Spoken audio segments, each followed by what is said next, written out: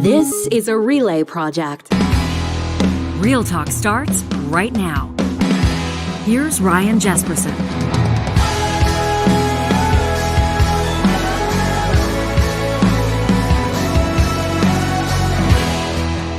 It's Friday the 10th of March, and you're here on Real Talk with Ryan Jesperson, John Hicks, the intrepid producer of this show. How you doing, pal? Ready for the weekend? Oh, yeah. Yeah, I'm it's not just gonna lie, more work, I'm a quart low today. You're a quart low today. Yeah. Well, you ever have those days? Yeah. Well, we had some socializing yesterday evening, yes. which was quite fun. Watching the local hockey team in action, and here we are yet again this morning. You're going to be. We should let people know this is kind of a back sell to our show on Wednesday. Which was awesome. It was an amazing show commemorating and recognizing and challenging us all as part of International Women's Day. You're going to be back at another Elevate Aviation graduation tonight, another class going through. Yeah, which is, for me, a trying experience because I get so emotional watching these women get up and tell their story. I got emotional on the show. Like, I went there thinking, it's a good career opportunity or whatever, but the stories they tell are just like life-changing. So I got my tissues in the car. I'm ready. I love it. I got some great party music for after. We celebrate for a couple hours, and then I'm home before 7. Yeah, there you go. Yeah, keeping it all tightly wrapped. If people missed our show on Wednesday, Kendra Kincaid, the founding CEO of Elevate Aviation, a remarkable story of her own, a runaway at 13, navigates the foster care system and winds up starting and kicking off this program that is now providing career opportunities for a lot of women in circumstances where they might not otherwise have access to these types of opportunities to post-secondary education. And here they are going through this 9-week program to introduce them to careers in aviation, and then they go from there. So if you missed that roundtable, it was presented by Urban Timber right here on the show on Wednesday, a remarkable one. Be sure to check that out after you check out today's show. Coming up in about 15 minutes, we're going to talk to broadcaster Jody Vance. You remember this online harassment case, an arrest made about a year ago? This guy, just this kind of like super fan turned harasser. Like Jody will tell the story way better than I will, but it got very, very serious to the point of police making an arrest, which, as you know, if you pay attention to this kind of stuff, is pretty rare. An actual arrest being made, well, a guilty plea, a quick one at that, is the recent development. Jody's going to talk to us about that in just a little bit, and then Dr. Rebecca Graff-McRae will join us just after 9 o'clock if you're streaming live. If you're streaming this later, or if you're listening to the podcast in about a half an hour from now, Dr. McRae is research manager at the Parkland Institute, a contributor to the March issue of Alberta Views magazine, where she reviews what she calls the UCP Plan for healthcare, and that is Underfund, criticize, privatize. And so we're going to look at that, get into the pages of the newest edition of Alberta Views magazine. Plus, there's a reason for you to pay close attention, because we're partnering up with Alberta Views to make a subscription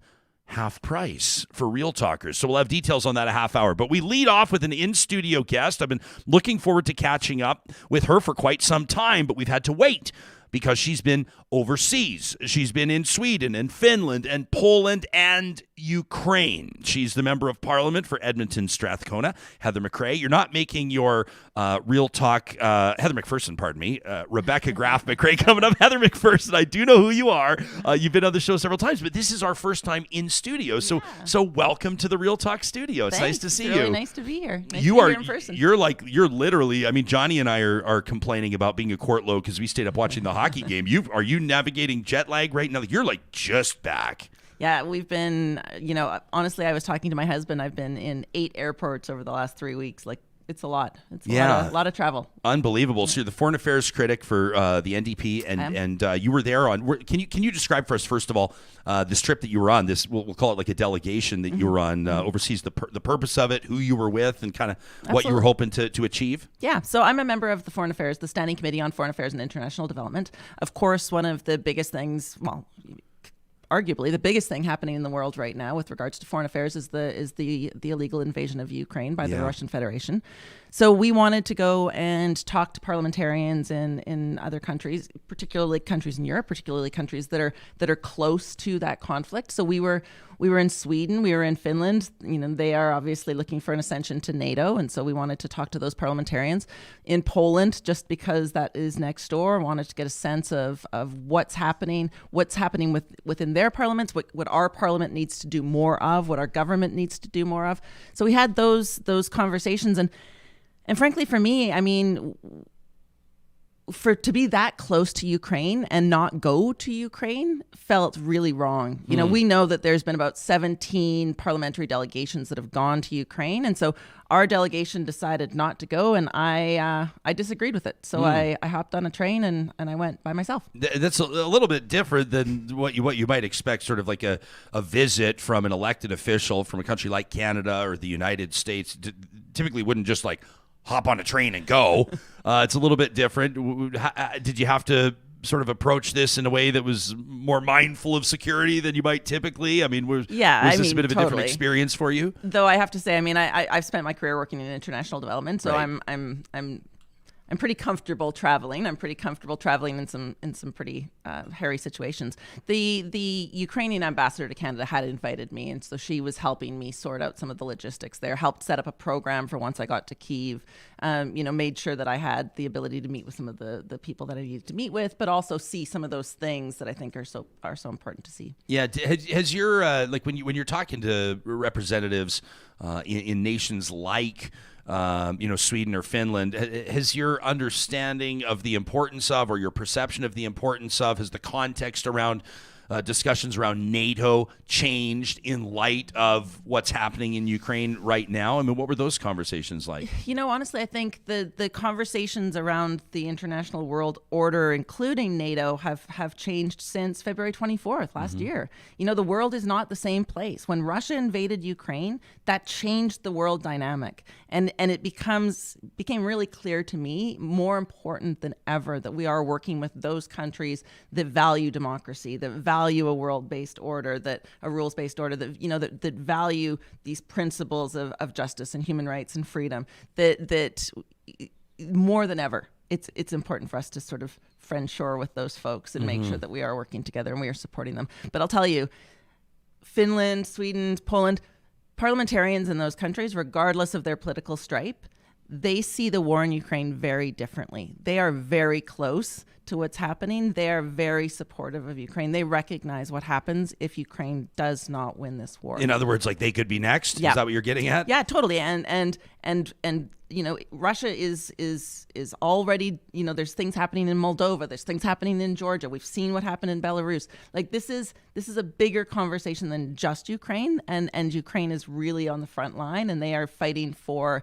some really important values that we want to see on the world. Social media has changed how we can understand the impact of conflict. And I mean, I looked, we spent some time this week. We talked to I don't know if you've ever met Ray Elisa Schmidt-Tagan.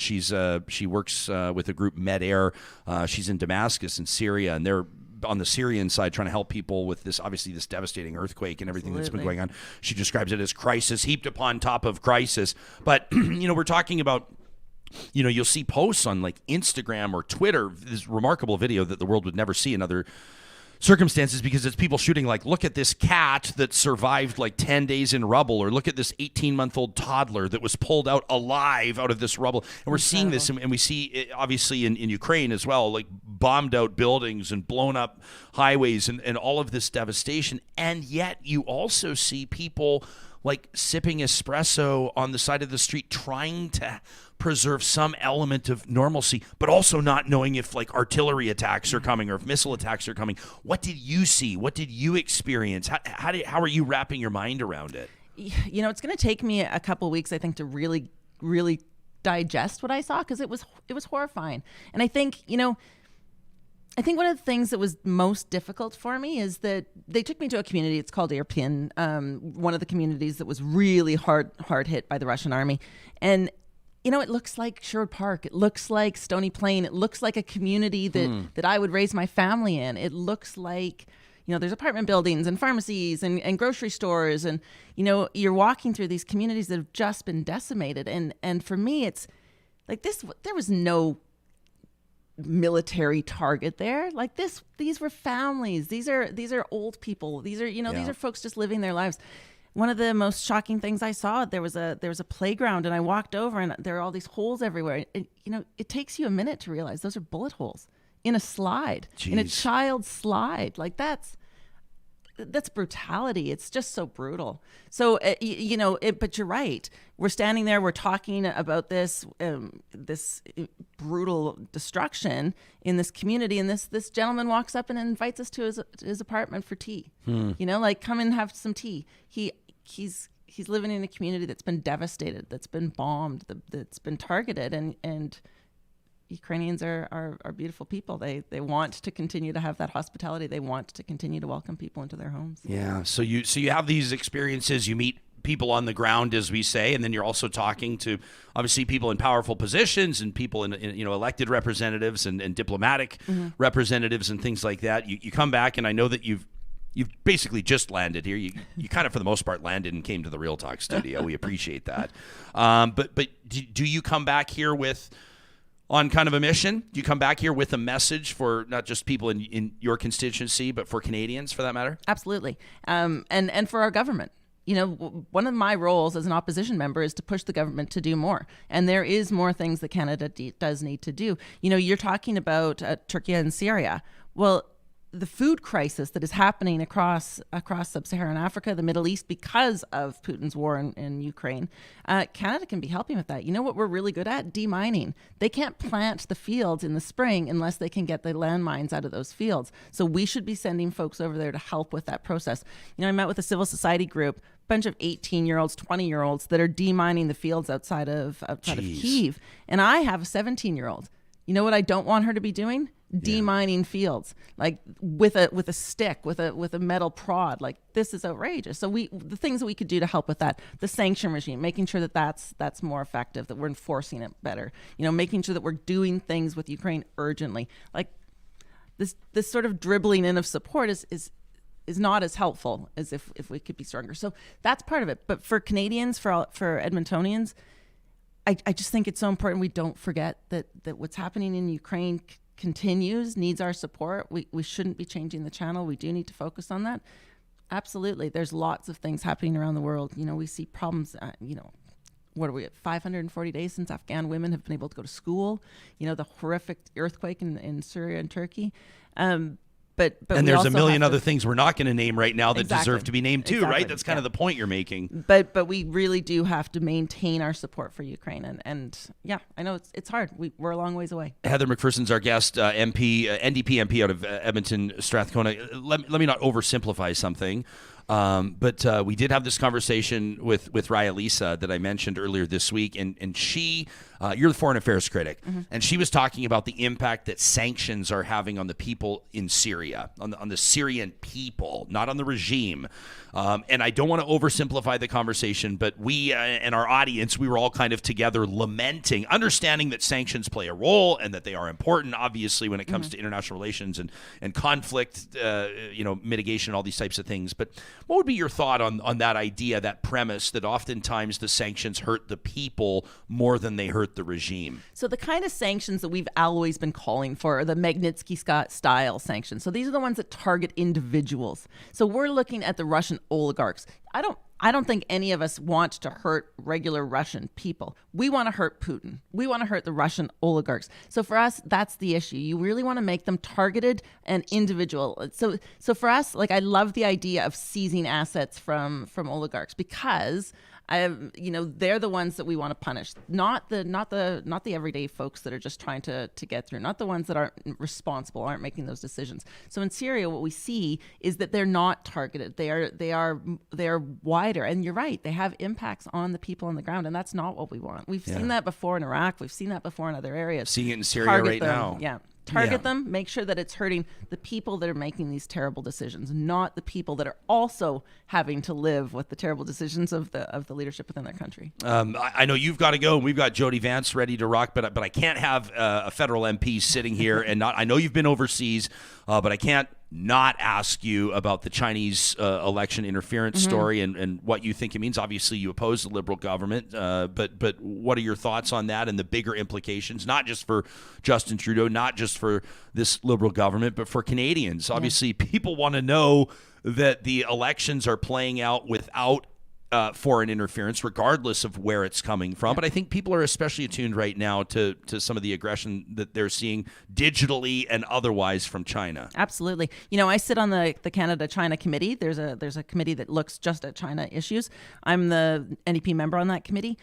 I agree with Canadians. We need to find out if our elections have been tampered with, and unfortunately, I understand that national security sometimes requires things to be kept confidential, but unfortunately, the Prime Minister has left it so long that we need to have some sunlight on this. We need to have this be public, because otherwise, Canadians won't have confidence in our elections. Mm-hmm. And I want to look at it bigger.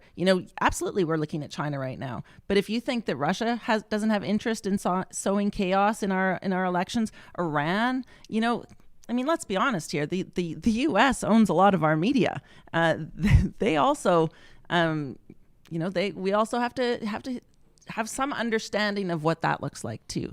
So I'd like to look at it bigger. I'd like to look at it as a broad problem that we have to look at, and I think it needs to be public. I think the Prime Minister trying to dodge this for the last 2 weeks has done nothing to give people confidence that our elections are protected, that they're safe, that they're fair and equitable. So we're going to keep pushing for that. I think it's interesting you bring up the Americans and American-owned media. It's kind of you talk to people these days and they're talking about Russia, China, and Rupert Murdoch-owned media. Like they're like the three entities that people are keeping an eye on, and it's no joke. Heather McPherson, thank you so much for making time for us. It's nice to have you here in studio.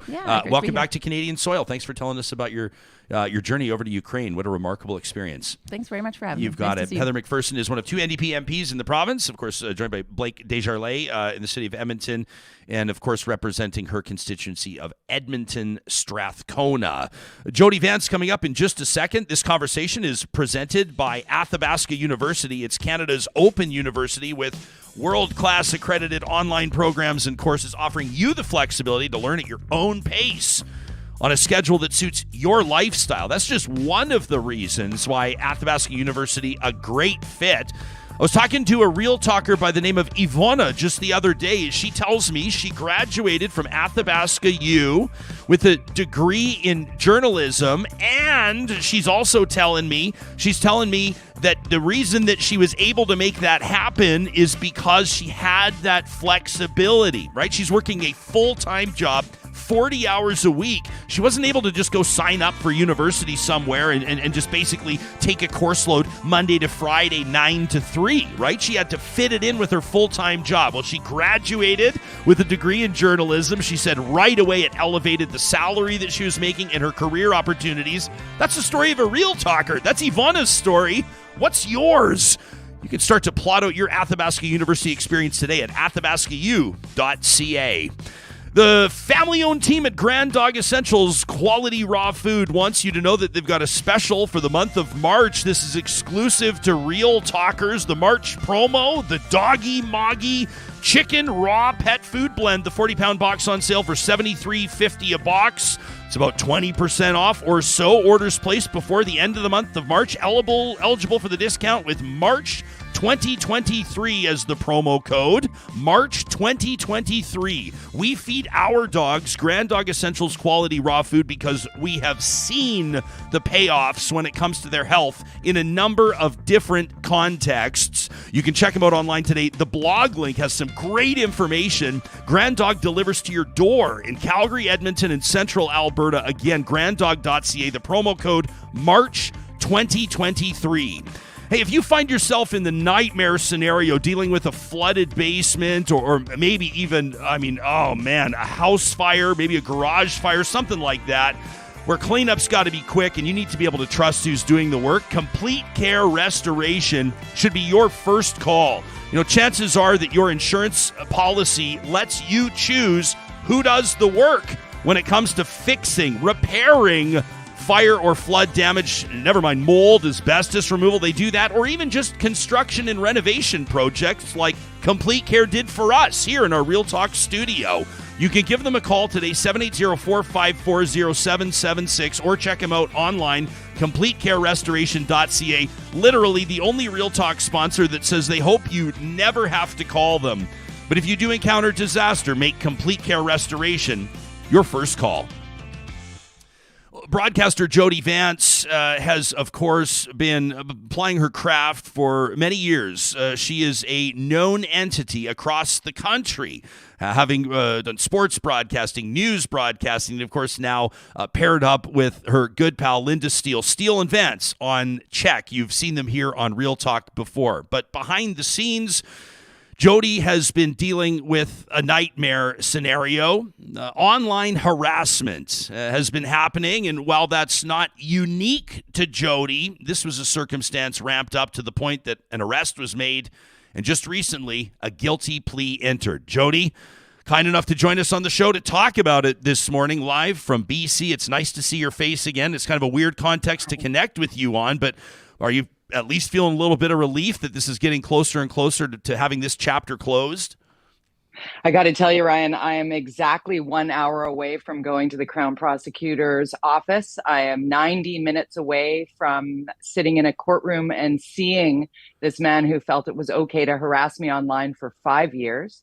Hundreds and hundreds of emails sent, not just to me, but to my colleagues, my coworkers, to guests who would join me on air. This is a day I've looked forward to, as weird as that might sound. I look forward to facing this person who thought it okay to attack an utter and complete stranger. And yeah, I will have an opportunity to read my victim impact statement and have my moment, if you will, to say back to him what so many people right now who are feeling the anger and feeling the sense of entitlement to go after those they disagree with in a way that's vitriolic or even sexualized or threatening, if not next level death threats. Yeah. This is a big day. This is a big day. And I'm so grateful for you having me on here, because I've never said this man's name publicly. And today is the day that I changed that. Huh. And I decided, because you've been so incredibly supportive, that I would do it here on Real Talk, because this is Real Talk. Mm-hmm. His name is Richard Oliver, and he is from British Columbia. He lives not far from me. He is married. He has children. He is, works in senior care, if you can believe it. And he really has done things that are reprehensible toward me. If you've ever been on an online chat group where journalism is discussed, you will see him oftentimes using his real name. But Real Talk, real name, I thought it appropriate to drop it for the very first time. 7 years has been a long time coming, I'll tell you that. What are you feeling right now as you say the name Richard Oliver out loud? Like, is there like a visceral, physical response that you feel? My heart is pounding. I've looked forward to it. I want him now, because I don't want tit for tat. I don't want anybody to harass him. I want accountability. Mm-hmm. I want consequences. I want him to get the help he needs, because there's something broken in you when you take the time to comb through someone's social media, choose photographs of them, and then Photoshop them into Auschwitz prison camps. I don't know what causes a person to do that. So clearly this man needs help. And an hour and a half from now, depending on when you're watching this, he will have heard from me and heard exactly what the relentless, nonstop, multiple times daily emails. I'm not sure how saucy the language can get here on Real Talk, but Jody, we always say you can say whatever the fuck you want. So okay, here we go. So how about an email address? Every time I blocked him, because people often say, why didn't you just block him? All I did in the beginning, in 2015, I did block him, and he would create a new email address and a new email address and a new email. And the one that really got me was jodyswallows@hotmail.com. Got it. Really? Really, Richard? Really? Who are you? Husband, what are you doing? father, why are works in you senior doing care. this, right? Yeah. Yeah. So can I ask, like, this is, and I want to be careful how I ask this question, because I don't want to indicate or imply that I think broadcasters or public-facing people, in particular, may I say, a woman in broadcasting, I don't think that you should say, well, it kind of comes with the territory, or like if you signed up for it, you should deal with it. I believe that all harassment needs to be taken seriously, and it's something that's becoming that is a very real issue in society. There's a reason why a lot of people are paying attention to your story, in particular, this guilty plea, Jody. But what was it about this one? Because I know for a fact, you and I have known each other for a long time. This is not the only person that has harassed you, trolled you, bugged you, sworn at you, insulted you. So what was it about this one when you were like, I'm taking action, I want to see this guy in handcuffs? My skin is about 5 feet thick. Luckily, through my sports career, as you were mentioning, I worked in sports broadcast. I had very nice fans. If you read the Globe and Mail article that sort of talks about the history of this case, I've had multiple stalkers in my life. Most of them wanted to date me or marry me, or we were meant to be together, what have you, like would send me kind things, but creepy kind, things that I would be right. like, yeah, okay. Thanks, but no thanks. Yeah. Thanks, but no thanks. So I learned how to protect myself. I have a son. He's 15 now. When this all began, he was just a little kid. And this particular, I'm so used to saying this particular individual, Richard Oliver, came at me in a way that the others who disagreed with what I'd say or had an opinion on how I should, be barefoot and pregnant in the kitchen because I'm a woman or whatever, that sort of the stuff that doesn't land.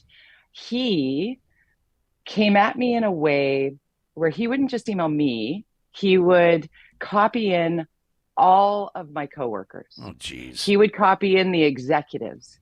Ryan, he would copy in my guests that I would have on the show. We had Professor Peter Hotez from Texas Children's Hospital on Steele and Vance last night. Professor Hotez has received probably 30 emails from Richard. We have had, there are multiple people as part of this lawsuit that the Crown has brought against him for this criminal harassment case. Because his threatening tone was that significant, he also copied me in on a death threat towards provincial health officer in British Columbia, Dr. Bonnie Henry. He was different for many reasons. In the early stages and days, he would come at me and I would, respond. I try to respond to the audience as you do. I mean, we can try and find middle ground. I've got friends who I met by way of uncomfortable conversations or debates or disagreements. And we've found middle ground. We've agreed to disagree and we move forward in what I think is, healthy discourse leads to healthy friendships. But this man, he would Photoshop a communist flag onto the mask that I was wearing in the Health Not Hate campaign to stop or identify, the escalation of Asian hate here in British Columbia during the pandemic. He would do those things. He would go the extra step. He was on my Twitter, combing it, and then copying in all the people that I would speak with, as well as using my image. And then he'd go anywhere online where my name was mentioned and he would attack there as well. And this all together culminated in something that landed different. So that's when I started to go down the path of trying to hold him to account. I reported that to Chorus, where I was working for the most part. I was on CKNW in Vancouver and filling in on Charles Adler and what have you. And that was the email address he was getting me at. And copying in the world that I was working with there. And Linda Steele got many of the emails. And she actually, unbeknownst to me, went to management and said, are you seeing what's happening with Jody? And others had done so as well. So I feel like this landed different because of the number of emails it generated, the tone of the emails, the lashing out to, scientists across the country were getting these photos of me, photoshopped into an Auschwitz prison camp and reaching out to me going, I'm so sorry this man is coming at you. I was horrified, embarrassed that these people had this jodyswallows@gmail.com coming into their inbox. It was just disgusting. So I had to stop it. And today I will stop it. Today's a huge day. I want you to know, I just feel, I was hesitant to ask you to come on just because today's obviously a big day for you. I didn't want to, you don't talk to goalies before the big hockey game kind of idea. You know what I mean? And I was like, I didn't know, but we care about you a lot. You're a pal. And so this is, I know, a big day for everybody. I want to say to people, you haven't even mentioned this. You've had some nightmare scenarios. I mean, the harassment over a number of years and women do get it worse in media. That's just a fact. And I think maybe even, it doesn't have to be a competition, but I think women of color get it worse than white women, quite frankly. Worse than me, 100%. Way worse, right? Bang But I mean, on, but bang you on. had somebody like, you haven't even mentioned this yet. You had somebody when you were in Toronto, I think it was, right? Break into your apartment and like move a bunch of stuff around. I mean, this has been to the point, and you didn't. I mean, in that circumstance, like, this has been something that has been a reality. This is something, as they would say, has been in your kitchen for a long time. So today, for you, I mean, this is, I can't even imagine how you're wrapping your mind around this. It also means that we can't keep you late because you got to get there. So let me just ask you this in closing. What do you hope that other Canadians are taking from this, Jody? Like, what do you hope that the sort of the national response to this is? I think we might have had our feed just freeze with Jody Vance. Well, listen, if that's the case, she's got to go anyway. We were letting her go because she's got a meeting, as mentioned, downtown Vancouver. So a bit of an interruption in the signal, which is not a big deal. We got the gist of the story there, and obviously you get a sense of, can we say the fortitude of Jody Vance? Like, she just does not mess around, but in a circumstance like this, the perspective check of what she has been dealing with, both privately, and this is the stuff she's choosing to share with us. You can imagine the toll that something like this would take. If you want to give her a shout out, want to send Jody some encouragement, of course, you can find her on Twitter at Jody Vance. She, along with Linda Steele, hosts Steele and Vance on Check. That's that employee-owned TV station out on the West Coast that we love so much, a really neat business model. Jody Vance, a great friend of this show, and we appreciate her availability. Coming up in 2 minutes, we're going to talk to Dr.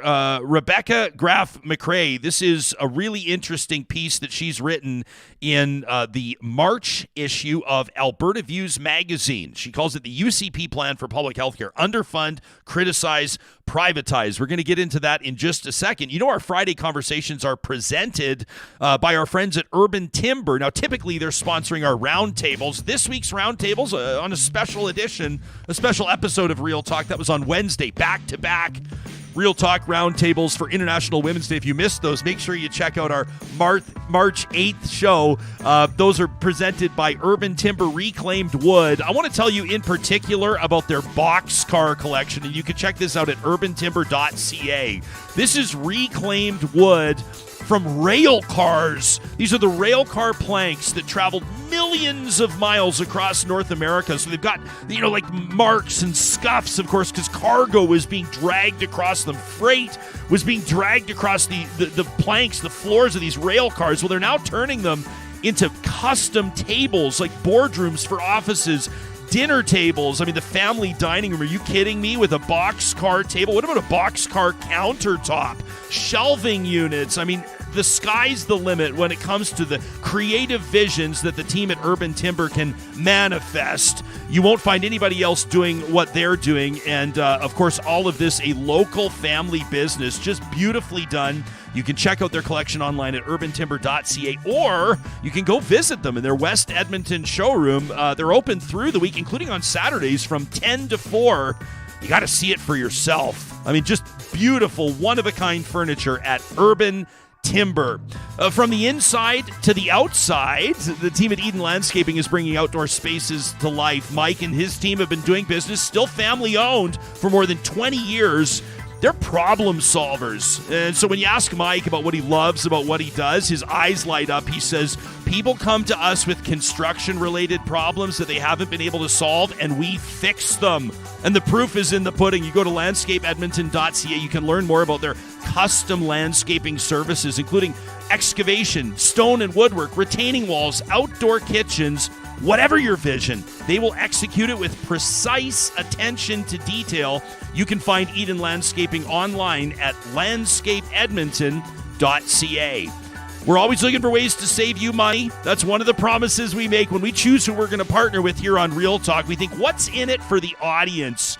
Well, Park Power makes that answer easy to find on their website at parkpower.ca. It takes literally 2 minutes to find the utility rate that's right for you. Electricity, natural gas, and internet is what Park Power does. But I want to tell you today about their community partner program. They share 10% of electricity profits. That's no joke. 10% of their profits with deserving charities across the province of Alberta.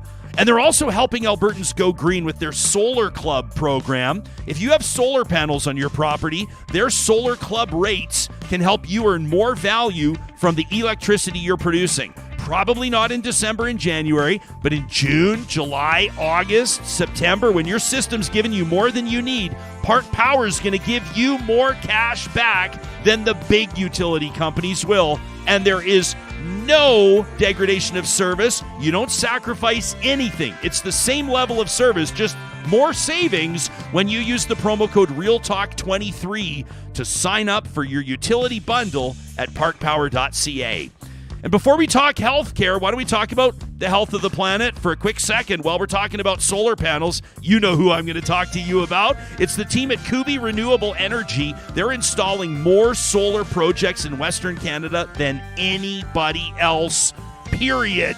Solar energy solutions to power your life. You go to their homepage at kubienergy.ca, that beautiful install there. That's the Edmonton Convention Center. That is an entire solar install. The entire front of it, the entire facade is solar installed by Kubi. How cool is that? There's actually a poem integrated into it celebrating the environment, including Edmonton's River Valley.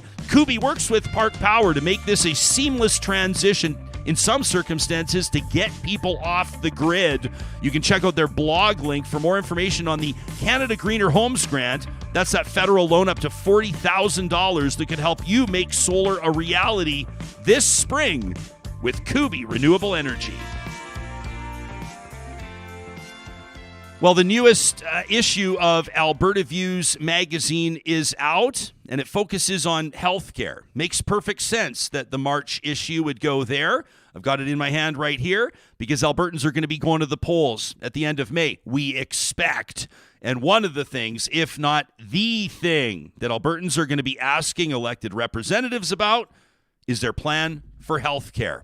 That's what our feature guest in studio today has written about. In her piece in Alberta Views, she's the research manager for the Parkland Institute. Dr. Rebecca Graff-McRae joins me live in studio. You're making your Real Talk in studio debut. It's nice to have you here. Thanks for making time for us. Thanks. Good morning, Ryan. Yeah. So you've obviously, as research manager at Parkland Institute, been paying attention to a lot of stories and a lot of the things that happen that impact people's lives. Is it safe to say that people tend to care more about healthcare and healthcare delivery than anything else?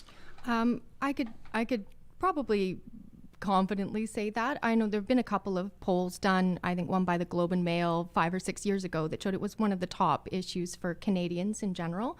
And that when asked what was the thing that made them proudest about being Canadian, our healthcare system ranked in the top 1 or 2 at that time. I don't know if that's something that we could be as confident about today. And there are a lot of reasons for that at the moment. Your lead in this piece, which is really well done, by the way, you write a healthcare crisis is underway in every province across Canada and in countries around the world. Can we start with your diagnosis? Can we start with where you see it and what you're seeing? Maybe some of the consistencies across the provinces and even in other countries, and then we'll talk about the differences. Sure. I'm not that kind of doctor. Yeah. Please do not come to me for health advice. Health politics advice, absolutely. Yeah.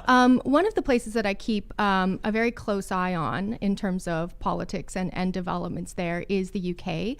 I spent a number of years living in Northern Ireland, so that's have a lot of friends and colleagues still there, but also because their experience with their NHS has often been a system that Canadians looking to expand our public healthcare system were looking as a role model.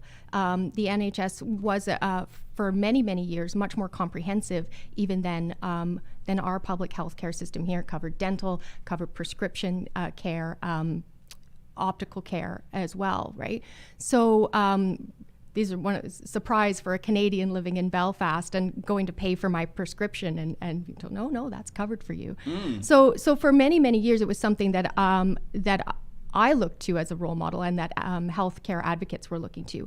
But in the past few years, probably over the past decade or so, they've started to see that same erosion of the public foundations of the NHS, increasing amounts of contracting out, sort of ring fencing certain types of services to private or corporate for-profit providers, And where we see that sort of culminating during the pandemic and now in this aftermath is these staggering staffing shortages, incredible rates of burnout amongst healthcare workers, and in the lead up sort of to the Christmas period, at the height of the seasonal influenza and other respiratory viruses, rolling strikes across the healthcare system in the UK.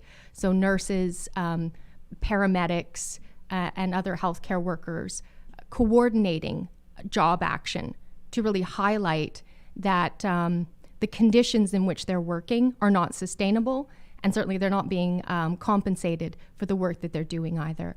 So that's something where I, as a researcher, kind of looking across, seeing many of those same conditions starting to reach a critical point in other provinces, as you mentioned, where, for example, I was trying to put together a research project on the healthcare staffing crisis across Canada and how to develop a staffing strategy for Alberta. And I contacted all of the experts across Canada to try to see if they would collaborate with me on this project. And they're all too busy because they're in demand with every province, every agency, people asking, what can we do about the staffing crisis? So that's in Nova Scotia, that's in BC, that's in Ontario, that's in Quebec. So this is not unique to the political or economic configuration of Alberta, but there are distinctive aspects to how Alberta and Alberta politicians are responding to those factors. Your headline, I don't know if you, typically the author of a piece doesn't write the headline. I don't know if you wrote yours or not. Did you? Which part? The Underfund, criticize, privatize. Well, I will say, my cousin gave me that one. Okay, yes, but you'll take ownership of it, and we borrowed it, by the way, for our promotion this morning of this.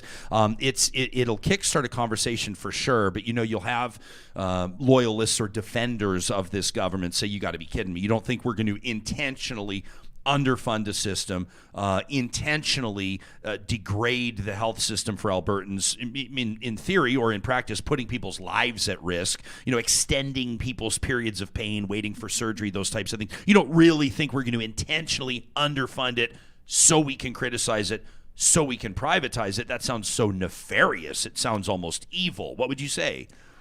Oh, well, I think there's two aspects to that. And I think one, looking at this over the long term, since I've been researching healthcare policy in Alberta, it doesn't have to be deliberate to have malicious effects. It doesn't have to be, some sort of Mr. Burns sitting behind the desk being like, all right, next we're gonna cut this and see who cries over it. Right. The impacts are what they are, right?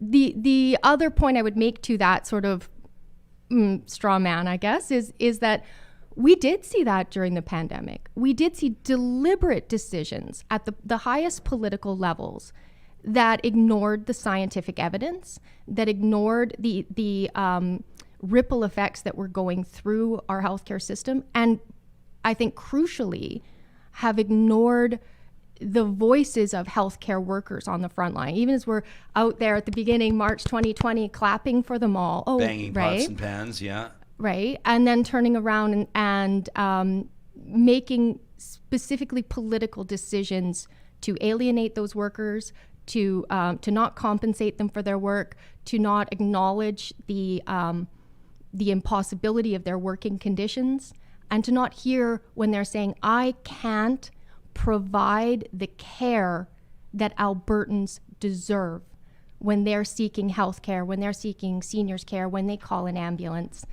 And that's what we've been hearing across those sectors. You talk and you write about, and people can check out this piece. I want to encourage people to check out albertaviews.ca, where they can read your piece in its entirety.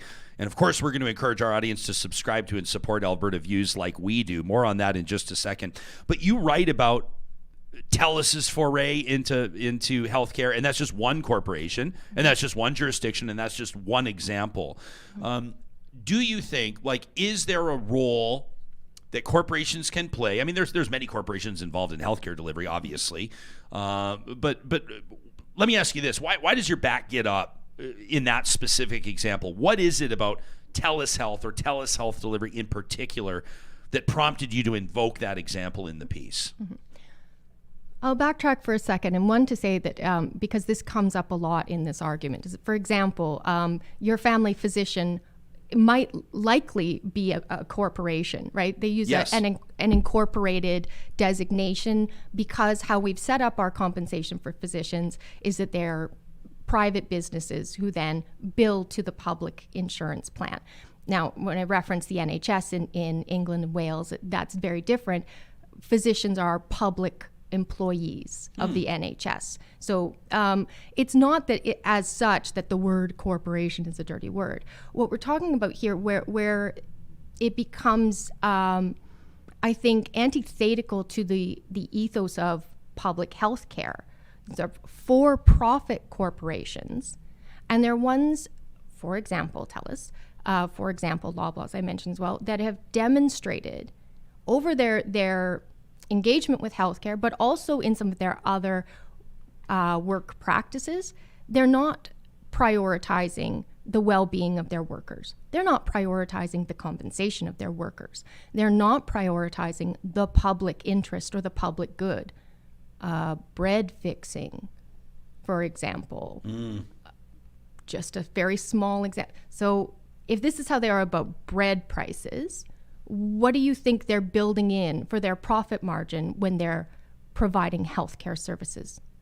So that's where I take a huge heaping spoonful of skepticism, but where I'm also looking at the demonstrated behaviors of these corporations, where their ethos is maximize profits, maximize, quote, efficiencies, make the largest return back to your shareholders or your executives, $26 million to Darren Entwistle over 3 years in bonuses.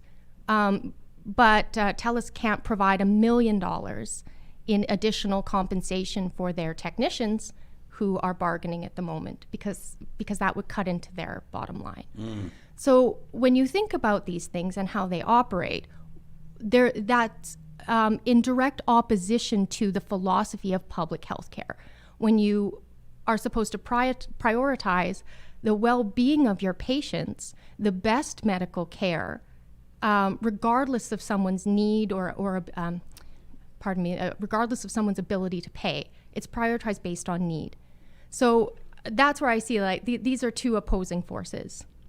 There will be valid points made about, and I don't know if you know this, but I'm the son of a physician, so I've grown up around healthcare. I've got a lot of, I've seen a lot of it in action. I've got, a ton of respect for nurses and physicians and practitioners and for that matter, hospital cleaning staff and security guards and the whole, and I get it, and I think that they need to. I think that they're underpaid, and I think that they do so much heavy lifting physically and emotionally. And I want to say that before I ask you this next question, so you don't think that I'm this ghoul. But there will be people that are looking at line items in the budget, and they'll be looking at how much Alberta spends or how much provinces and territories spend on healthcare, and they'll say like any other ministry, we do need to find efficiencies. We do need to be able to afford the services that we provide. This does need to be sustainable, right? And so how do you find that fine line? I find you to be, and in your writing, I think that you are driven by empathy. I don't think that it doesn't strike me as a horrific partisan attack. You strike me as somebody who wants to see the best in the healthcare system. Is that accurate? I would say that my work, particularly around this issue, is driven by the evidence. Yeah. It's driven by the research. And also, yes, a personal belief in what healthcare is meant to be, as I mentioned earlier, right? That it's not a business, right?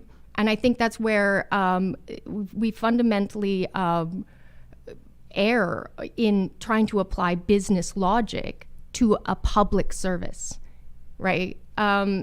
So that's my first statement, I think. My second one, when we talk about how much the province is spending. This is a little bit of a smoke and mirrors discussion, because it's very easy for a finance minister or a government spokesperson to come and say, we're making a record high investment in healthcare this year. It's higher than it's ever been. Yes, but because our population is growing, because of inflation, and that increased number doesn't meet those additional pressures, right? For example, in the recent budget just announced on the 28th, the increase in the healthcare overall budget is around 4%. Yeah. That doesn't cover the increase in keep up population. with It doesn't even inflation. keep up with inflation. And that's deliberate. That's explicit. The finance minister, Travis Taves, came out and said, this will now be the mandate going forward for across the ministries to keep those budget increases at or below pop plus inflation. So this is a very deliberate and calculated choice on the one hand, and on the other to say, but it's a record high number. Well, we could add 1 penny to this year's total and you can still make that claim. That doesn't mean that you're meeting the need.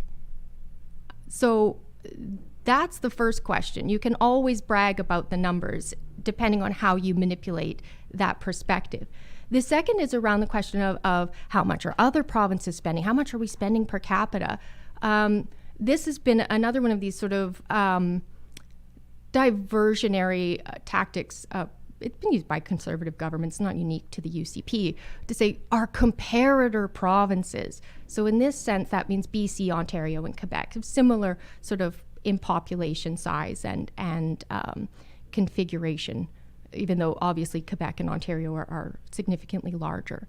So the goal since the UCP was elected in 2019 has explicitly been to bring our public spending in line with those comparator provinces. Right. So the result is now Alberta's per capita healthcare spending per person is now lower, significantly lower than BC, Ontario, or Quebec's, right?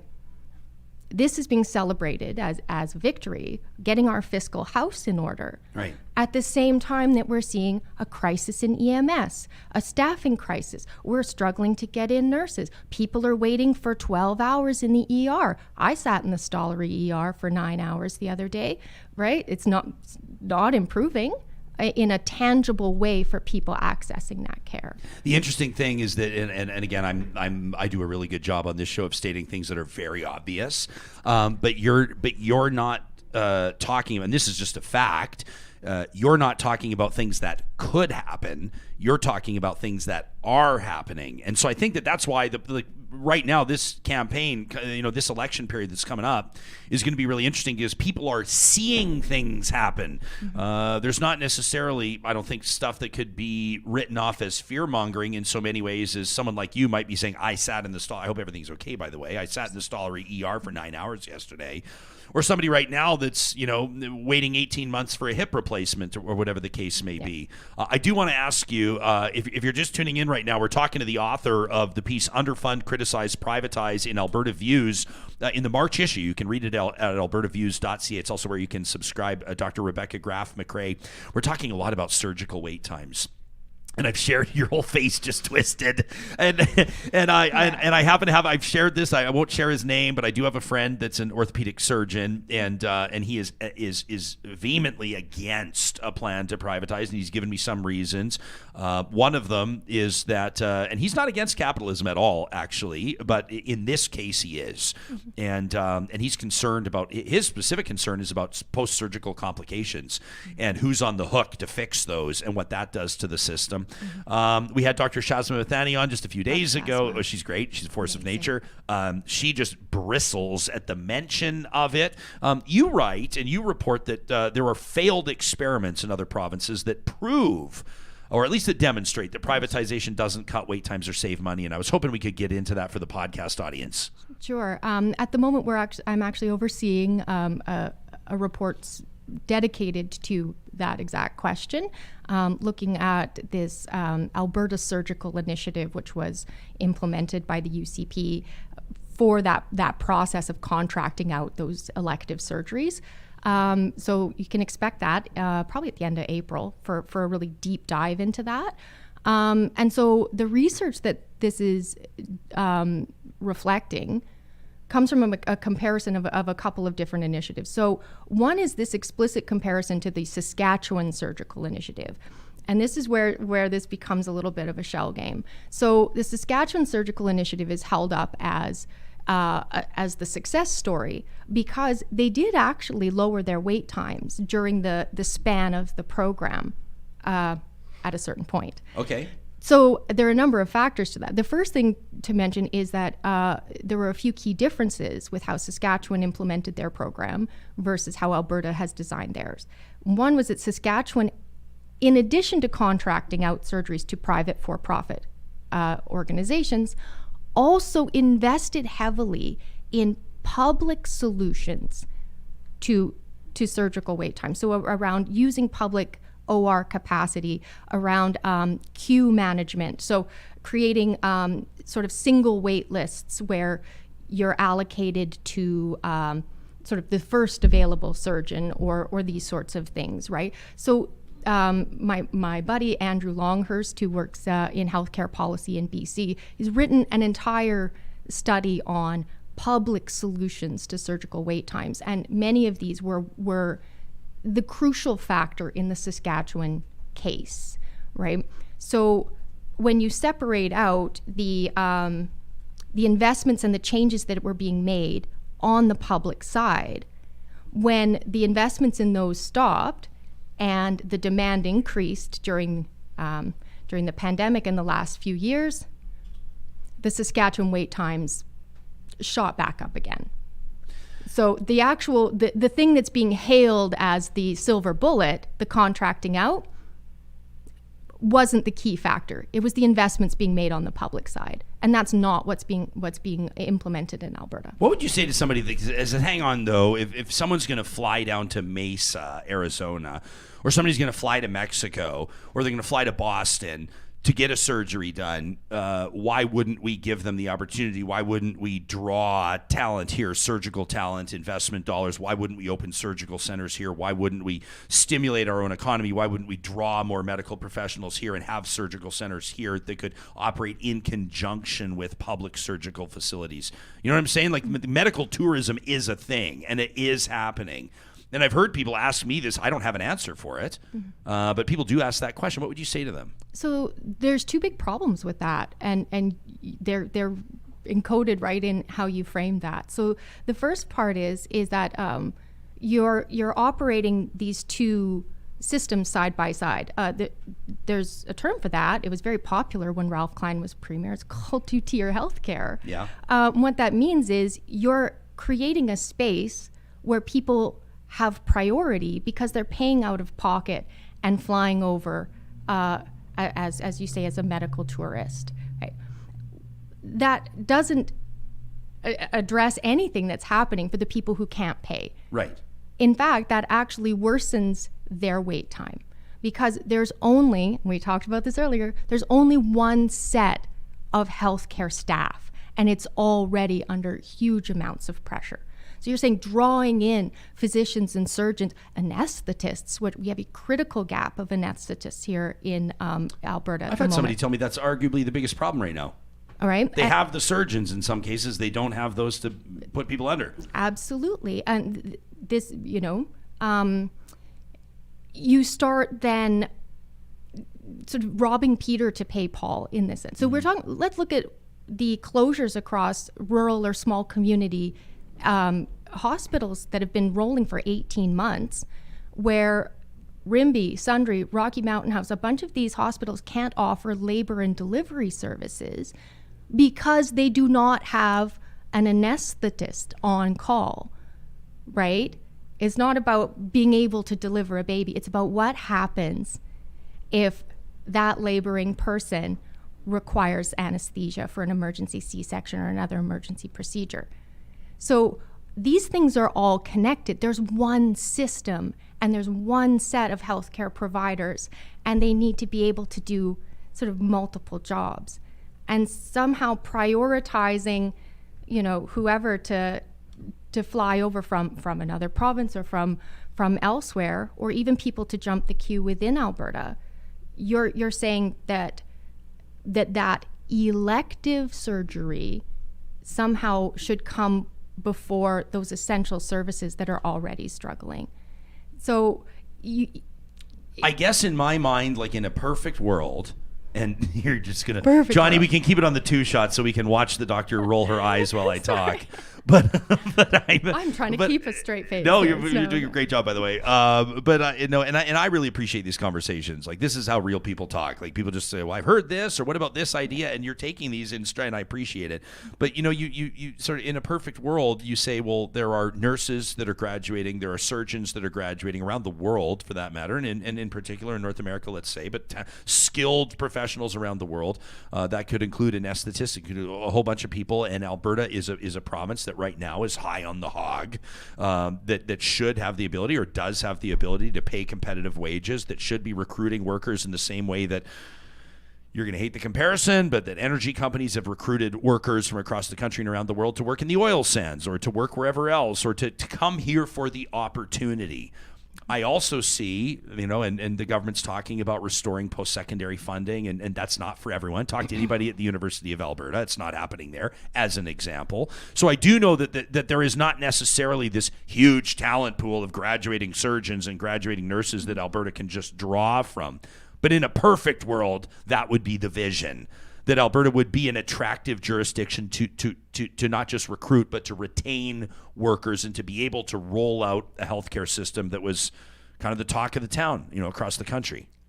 And I think there's 2 really key points there. One is, do you know what attracts people in is a fully funded operational public healthcare system that's accessible to everyone on the same basis.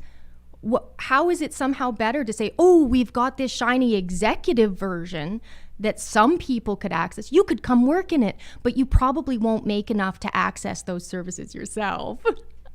I don't see the draw for that. At the moment, some of the funding from the new healthcare budget is earmarked for these international recruitment delegations.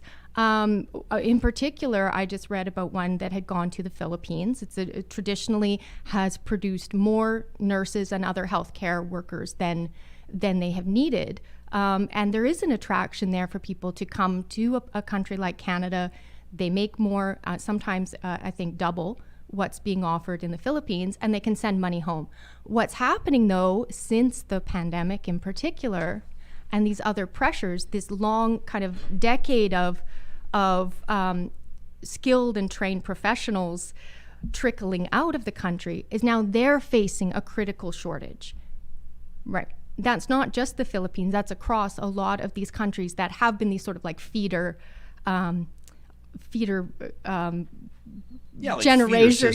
Sure, exactly. And there's a lot of resentment around that as well, to say here now they have a system where, and it's not just new graduates, often it's very experienced healthcare workers who are being attracted, wooed over. It is what it is. And that's leaving critical gaps within the healthcare systems of these other countries, which are often less advantaged than we are here in Canada. And so, again, there's only one pool of healthcare workers. Now, some of what's happening, again, with the budget is attempts to increase post-secondary spaces for physician training, for nurses, and for healthcare aides within like long-term care or seniors care. It's not enough. First of all, there's I think a pharmacy student from U of A who wrote in CBC the other day. He did the numbers so I didn't have to, and pointed out that even with this addition of medical student spaces, the number at the U of A is now still less than it was in 2008, when our population was 1 million people lower. So what I'm saying about this playbook, underfund, criticize, privatize, is that where we're coming back to historically high budgets and increases, and how will we ever afford it with our $10 billion surplus? What's happening here is we're barely even approaching where we were in these services before the cuts started. And at that point in the early 2000s, they were barely even approaching recovery from when the Klein cuts started. So these start to become systemic underfunding. We come back to that question about malicious intent. At a certain point, when you've somehow tied these essential public services to a kind of like largesse, like we can afford this for a few years while the royalty money's coming in, but then we're all going to have to tighten our belts and get our fiscal house in order, then this wave of unpredictability and lean times, it just becomes embedded into the system, and there's no space for that system to recover to an ideal level that actually provides the care and the service. As we wrap, I'm not asking you to like look through rose-colored glasses or anything like that. You said you did good. She says I don't have any. But you know, and I'm not intending to take away from what people are feeling. Like there are people that I mean, you know, my family doctor left, so I get it. I don't currently have a family doctor. Like I get it. There are people that are walking away, and he's young, by the way. He's like my age. Not that I'm young, but he's, you know, and he's just one of many. And there are healthcare workers that are going to be or that are already living with PTSD from things that happened during the pandemic or unrelated to the pandemic. We're stretching them at all ends. I mean, you know, it really, the more you talk about it, kind of, to be honest, the more discouraging it is. The more you realize, the more of a wake up call we get in how bad things are right now. But here's the rose-colored part. Like, do you have reason to believe that it can be fixed? Like, is it all doom and gloom? Is there a fix? There's absolutely a fix. And is it just dump $5 billion more into it, or? It's not strictly about the dollar amount, and it's really not. And that's something that becomes apparent, like looking at this budget as well. So there's these crises in EMS and crises in seniors care, you know, being exposed by what's happened during the pandemic, and as you say, all of these sort of ripple effects from that. And saying we're just going to increase the budget line is just like putting a Band-Aid over top of several leaks happening. The fix is thinking about, one, how the system works as a whole, how all of those pieces fit together within our healthcare system, and how if you have these gaps in one part, people are going to fall into other parts of the system. So, for example, with primary care, if you can't access your doctor, and something, you know, a health issue comes up, maybe it starts small, it gets worse and worse, you're going to end up in the ER, right? That puts more pressure on parts of the system until they can't handle it. So the first step is to take a step back and say, now, how do we look at this system as a whole and how the pieces work together? Also, how do we keep people from needing to access, you know, hospital care or extensive diagnostics or, you know, hip surgery or all of these things? How do we keep people healthy? That's a question that centers on wealth inequality, that centers on poverty, that centers on education, that centers on racial discrimination, gender discrimination, pay equity legislation would be a nice start. So certain measures that aren't traditionally in the wheelhouse of what this government has demonstrated as their priority. Because it seems like it's not, and it's not hard to sell to everybody, but it seems hard to sell to the whole, what is it, like an ounce of prevention is worth a pound of cure, or whatever the expression, but it's like people, if you say like we're investing in school lunch programs or we're investing in like when, and people kind of go like a hell of a lot of good that's going to do me on this bum knee waiting for certain, and it's kind of like it seems, you know, part of the big problem, again, here's another less than profound statement, but like, unfortunately, policy works in election cycles. And so you get like a 3 or 4 year vision for something as opposed to like a 25-year plan. Or a 3-month vision. Or a 3-month vision to win an election, right? Mm-hmm. Yeah. And this is like, I know I'm stating something obvious, but this is part of the reason why I just wish, sometimes I lament, and this is part of the role that this show hopes to play, is to change the way that people think of things, to change the way that people approach problem solving. Right. And I think it's to make it really explicit, first of all, that those long-term sort of systemic transformation within those public services, those are happening. You're being promised a short-term fix with something like this budget. There's already a long game being played that I've tried to lay out in terms of healthcare here in the article, right? And what that involves is a redistribution of wealth and power upwards. Now, when we talk about what the long-term fix is, it's the opposite of that. And it does involve a redistribution of wealth and power and agency downwards to everyday Albertans and to the ones who are most in need. So it's that equity piece, right? And that's what addresses the social determinants of health. And that's what takes those pressures off of those systems. So people can say, well, that's ideological, but what's happening and not being talked about is already a political program in place. So yes, it's about saying we have to be accepting that either way there's a long game. What do we want that to look like 30 years from now? And to be aware that what's happening right now is setting all of that in motion, for better or for worse. Can I say I'm glad that we didn't have a healthcare roundtable today? I'm glad that we got just a half hour with just you. No, it's obviously that you really give a rip about what you write about and what you research. And I appreciate you joining us here on the show today. This has been really solid. Well, thank you so much for having me. Yeah, you got it. This is Dr. Rebecca Graff-McRae. You can read her piece, Underfund, Criticize, Privatize, in the March issue of Alberta Views magazine. And Real Talkers, here's a pretty cool opportunity for you. As a subscriber to an audience member of this show right now, you can get 50% off, half off a 1-year 10-issue subscription to Alberta Views magazine by entering the code AVRJ.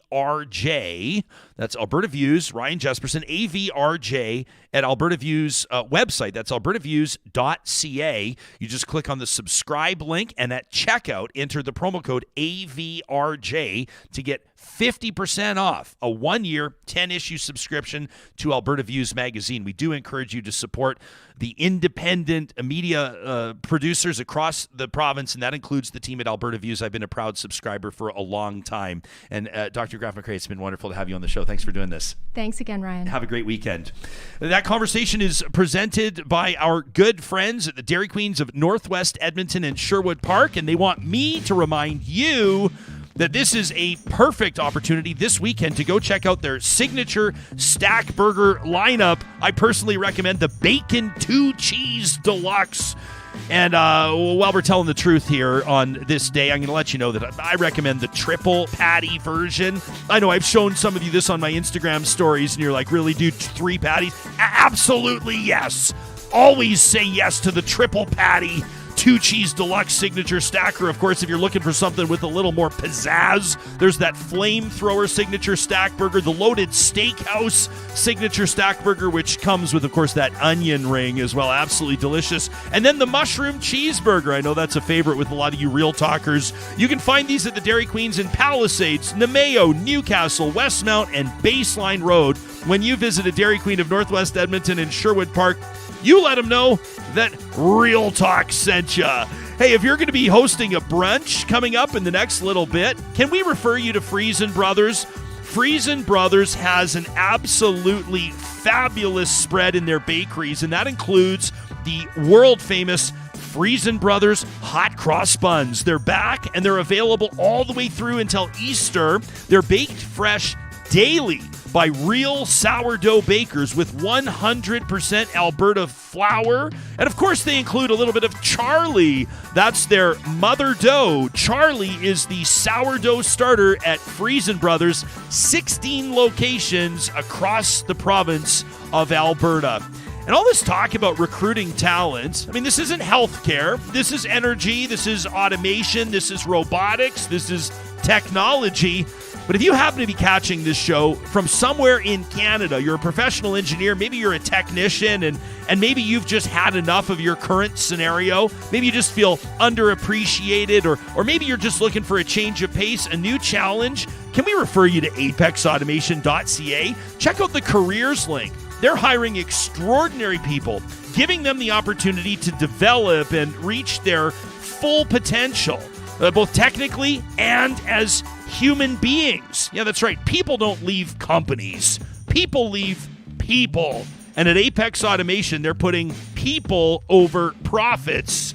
Hey, the best move you make in your career could be checking out apexautomation.ca/careers today. Every Friday, our friends at Local Environmental Services give us an opportunity to blow off a little steam. We call it trash talk. And in just a second, we're going to get to a couple of emails that are, well, they're bangers, to say the very least, John. One of them in particular. I'm ready. I don't know how I'm going to make it through this one. I'm looking forward to it. But before we do, I want to give you a quick shout out here. This is Kaysen Fuser. And Kaysen, at just 7 years old, was attacked by a cougar. He was attacked by a cougar and he survived. It's a remarkable story. And we wanted to let you know that coming up on Monday, Kaysen is going to be serving. He's going to be feted, John. He's going to be celebrated as the mayor of the mall. Yeah, that's right. He's going to be at West Edmonton Mall coming up on Monday, March 13th. He's the mayor of the mall in partnership with Stars Air Ambulance and Local Environmental Services. And he's going to have an unbelievable experience, an event, this day-long event tailored specifically to his interests. Okay, so he's going to get VIP access to the attractions. He's going to get shopping sprees at his favorite stores. He's going to get a night at the Fantasyland Hotel. Of course, this all in celebration of a young man that survived an experience, an unimaginable experience, receiving including immediate medical attention and critical care and transport provided by Stars. It's a good news story out of a nightmare scenario. And I'm really excited to let you know that Kaysen is going to be joining us on the show next week. Amazing. So you can look forward to that. This would not be happening with the support of our good friends at Local Environmental Services, who also present Trash Talk!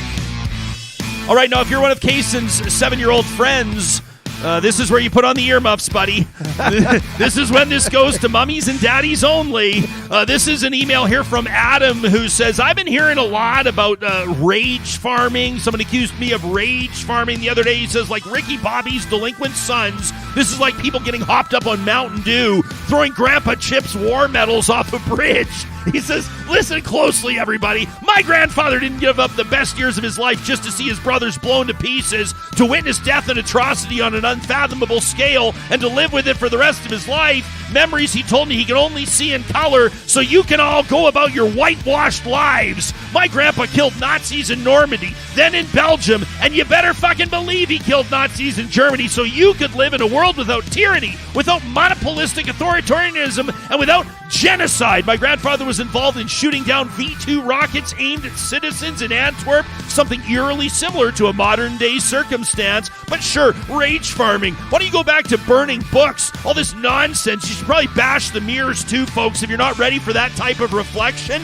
The Conservative Party of Canada is now the elephant on a pimple's ass, and that's your fault. But I'm not going to angry crop about that. In fact, I don't give a crop. You see what he did there? Yeah. Go farm for yourselves and farm yourself quickly before you ruin the soil. That's from Adam. Metaphors abound when it comes to Adam's Trash Talk submission. And this one from Gabriel. This is the one I told you about, Johnny. He says, Ryan and John, 2 things to lovingly toss at you both. First, my good man, I'm going to need something from you. If I can be so bold, what exactly is the far left? What is it? Like, what groups off the top of your head are far left in this country? Who in the mainstream is far left? He says, I get the impulse to throw out the phrase the far right and the far left, but holy shit, there's no such thing as the political far left in Canada. People think I'm left because I think for-profit healthcare should not be expanded, or I don't think I should have to fear for my life walking or biking to the grocery store with my kid. And this ties into my second point, says Gabe. Left to his own devices, Pierre Poilievre would 100% proudly inhabit the space taken up by the far right, where this stupid German politician hangs out, the one you were talking about earlier this week, Jespo. If it wasn't clear to people before February of last year that the far right exists in Canada, then it would be hard for it to not be clear now. Poilievre has been in politics since he was in his early 20s. It's very, very, very fucking clear who he is. And I feel like he's going to be set up by the media like Donald Trump was when all commentators would say in unison that he turned a corner and he started sounding presidential after one of his stupid State of the Union addresses. Pierre is your run-of-the-mill shitbag politician who people somehow think is capable of caring about them. He does not care about you. He's more than happy to court and cover for people who want to actively harm others, people who hold less power than they do. And then Gabe says, love to you and Johnny and all the shit you take from armchair assholes like me every single week. We love you, Gabe! Johnny wouldn't be cueing the live studio audience if he wasn't having that resonate with him. You can send us, these are real emails, your trash talk to talk@ryanjesperson.com. You could be featured in a future edition of Trash Talk. Don't forget, we release it as a standalone on our podcast. Thanks for subscribing there. It comes out on Saturdays. You can also find them on our YouTube channel. Thanks for being one of the 10,000 plus that subscribe to our YouTube channel. Let's get that to 100 grand. That's going to happen when you start telling your friends, when you start sharing our content, when you like and subscribe and all the other cool stuff that helps a show like this grow. We love you guys. Thanks for showing up for the real talk. Have a safe weekend. We'll be right back at it Monday morning.